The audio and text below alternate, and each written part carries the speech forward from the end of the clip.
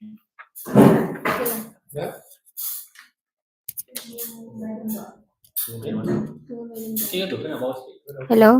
hello, hello. Kalau kita bercakap nanti hijau-hijau kat situ. Hello, hello. Nampak kan? Nampak tak? Dia keluar hijau tu. Nampak lagi tengah bercakap. Hello. Oh.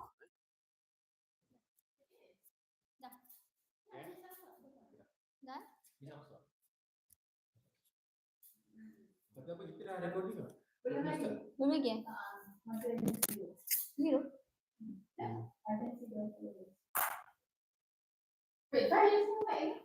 Hello, hi.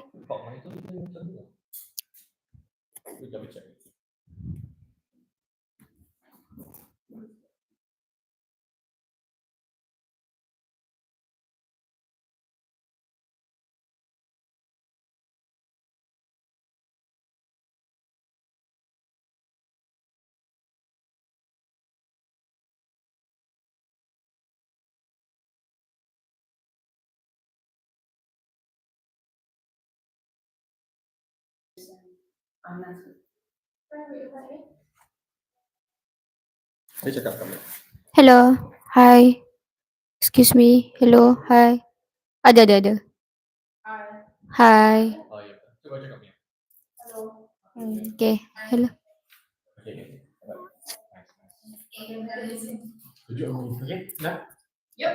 Everyone ready? I don't know if you just know that. I don't know. Rasa dah boleh ready ke? Nanti Miss akan tengok dekat video tu. Tak ada? Okay. You guys ready? Yes. Let's go.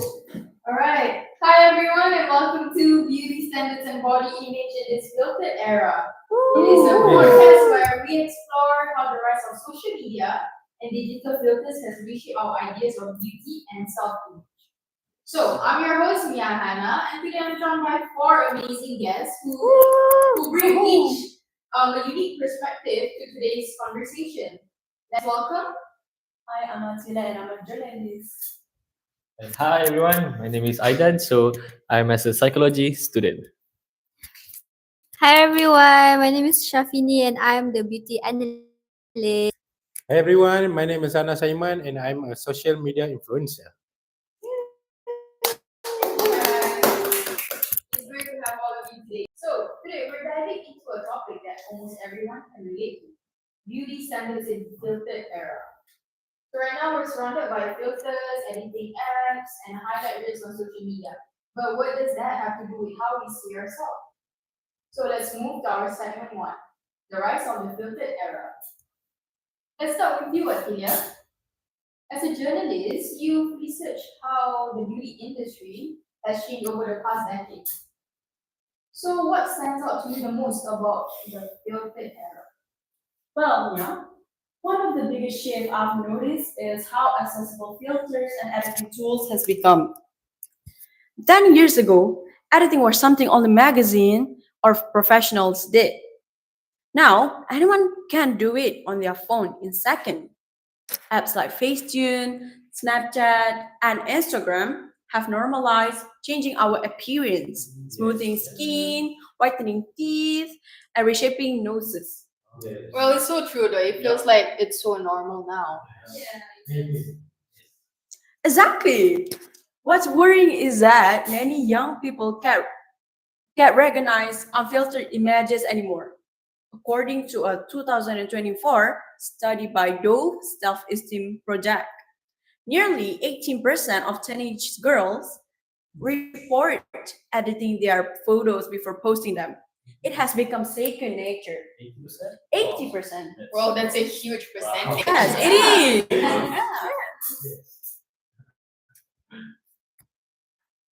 As a beauty analyst, I've seen that too. The market is actually adapting. Brands now design products to mimic filter effects such as blur creams, glass skin serum, and also poreless foundations. It is interesting, but it is also reinforces the idea that our natural features aren't good enough. So it is a digital ideal being sold back to us in real life. Oh, that's a good point right there. So basically, filters aren't just virtual anymore. They influence how we shop and what we buy and even how we feel towards ourselves. Yes, I totally agree with that. As someone who creates a content, I notice followers expect that same flawless look. If you post a picture with acne or dark circle, you risk getting fewer likes. So the pressure to edit is real lah. Oh, thank you, Anas. That's a perfect Welcome. transition into our next segment. So let's talk about how that pressure affects people on a daily basis and a deeper level. So let's move on to segment 2. Alright, so in segment 2, we're going to talk about the impact of self-image and mental health. Aidan, you study psychology, right? Yep. So what are the psychological effects of this living in the filtered culture? Alright, so for the effects, it's quite alarming actually. Constant exposure to perfect image can distort our perception of what's normal. Right, so psychologists call this as social comparison theory. So we compare ourselves to others, especially for those we admire. So when all we see online are edited, we started to believe that's real, that's reality. This can lead to low self-esteem, body disaffection, and even body dysmorphic disorder. Well, body dysmorphia Yeah. is when someone is obsessed with Yep. their perceived flaws, right? Yeah, that's right, exactly. Even if others didn't notice anything wrong, the individual fixates on it. What's more concerning is the rise of something called Snapchat dysmorphia. Have you guys ever heard about it? All right. So basically, when people go to surgeons asking to look like their filtered selfies, that blurs the line between the digital fantasy and the physical reality. Yeah, I've heard about that too. Surgeons have mentioned clients showing filtered images as reference photos. That's actually so heartbreaking because chasing an image that doesn't even exist is actually very saddening. Yeah. And for me, as a someone active online, I definitely seen that mindset. Even influencers who you think they are confident struggle with it. You get addicted to validations, like, shares, comment, and start thinking your words depend on your appearance. Thank you. Thank you, but that's such a human thing though. We all want to be liked, but it sounds like the filter will make it so like hard and so much stronger. Yeah, it really does. And the scary part is that it's subconscious. You might tell yourself it's just a filter, but over time it shapes how you see on your real self. Yes. Thank you, everyone. I think now we could move to our third segment. Yay! So, in our third segment, we're going to talk about media, celebrities, and brand influence. Yes. Okay, Akilia, let's zoom out a bit on how does the media and beauty industries contribute to this issue? Well, traditional media had always had the beauty standards: slim bodies, clear skin, glossy hair. But now social media amplifies because everyone can be in the media. Brand collaborate with influencers and some still promote unrealistic beauty. Even when campaigns claim to be natural or aesthetic, they often still use subtle filters or editing. Yeah. Exactly. Neutral has become an aesthetic in itself. Even no makeup requires only 5 products. It's performative authenticity. Well, that's so ironic, right? Yes. Authenticity, that's carefully constructed. And it's me again. And as influencer, we are part of that. There's a balance between being relatable and aspirational. Followers want content to inspire them, but if it's too perfect, it's fake. You know, it's fake.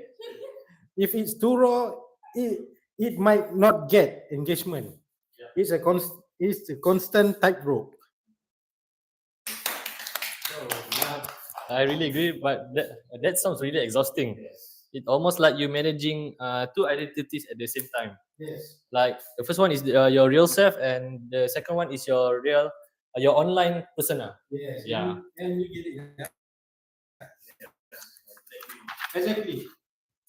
It took me a while to stop over editing, and I now share behind the scenes shots and talk openly about insecurities, and my follower actually respond better to that honesty.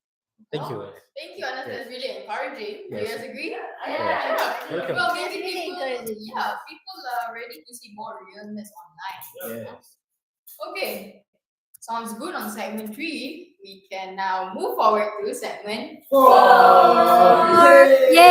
where it's about Yay. cultural and gender perspective. Okay, let's talk about culture for a second.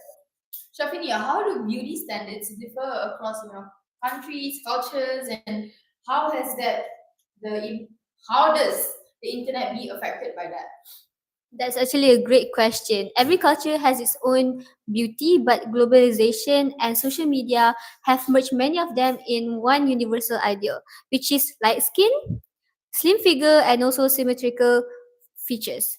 The ideal is a heavily Western influence and it creates tension for people who don't fit in that mold. In Asia, for example, there's a huge market for skin whitening products, which in the West, tanning is seen as desirable. So beauty becomes this moving target that's impossible to reach for everyone. Wow, that's such a good point, Shakti. Yeah. And it's not just women. Right. Men are facing similar pressure now too. Six pack abs, sharp jawlines, perfect hair. The filter era affects everyone. Yeah. Not just women. Aidan. Yeah. Alright. So yes, is it important to recognize the men also struggle with body image, not just women, but it less talk about they may feel pressure to hide insecurity because of traditional masculinity norms. Thank you, Aidan. I totally agree with you. I used to think only women dealt with this, but I have seen male creators edit their jawlines or muscle too. It's become a silent competition. You agree with it? Yeah. Yeah. Because you. now it really shows how deep this issue runs, across gender, culture, age, etc. Then I think this might be our last segment. Last segment? Yes. That's segment sad five, me. Yeah. So in segment 5, we're going to talk about how to move towards a healthier beauty culture. So what can we do about it? How do we move towards a healthier relationship with beauty, body, and image? So, for me, it starts with redefining beauty itself. Beauty should be about individually, not perfection. The industry can promote this by featuring more diverse models, such as different body types, skin tones, and ages. Such as, for example, I would give. Do you know Victoria's Secret fashion show? Yeah. So, like recently, I think it was like last year. I don't remember, but they have like plus size models to how you say to make the beauty more diverse. Yeah. And I really like that. Yeah, I really do like that. And from a journalism perspective, we need media literacy. People should understand how images are curated and edited. Transparency like labeling or labeling edited photos could help younger audience distinguish between real and fake. All right, that's good. So for me, as a psychology student, so I would like to add a self awareness. So if scrolling makes you feel bad about yourself, take a break and follow accounts that triggered comparison, and follow those that make you feel empowered. Yeah. Thank you, Aidan. And for me too, as influencers, we also carry responsibilities. We can normalize imperfection, post real skin, real bodies, real emotions. Um, and the more people see authenticity, the more they accept it in themselves. Well, that's beautifully said, everyone. Thank you. It feels like the solution now isn't to reject beauty, but to redefine it. You know, to make it more inclusive and real. Yes. Alright, guys. So I think we can conclude. And before we close, let's go around one last time. What's one piece of advice that you given to anyone that is struggling with their body image in this filter era? Remember that what you see online isn't the full picture. Everyone edits, everyone creates. Don't compare your behind the scene to someone else highlights reel. Yes. And also celebrate your uniqueness. And trends come and go, but confidence never goes out of style. Yes. Hey, oh, hey, Alright. So be kind to yourself. Your work isn't like to your looks or your likes, right? Yes. And if you are a creator, use your platform to spread positivity. Right? Be the person you needed when you felt insecure. Bye. Well, that's perfect, everyone. Thank you all for joining me today, and thank you to our listeners for tuning in to beauty standards and body image in this filter era. Remember, real beauty isn't found in pixels or perfection. It is found in authenticity and self-acceptance. Yes. And this has been the beauty standards and body image in this filter era. Until next time, stay real, stay confident, and stay kind to yourself. Yay. Thank you. Thank you.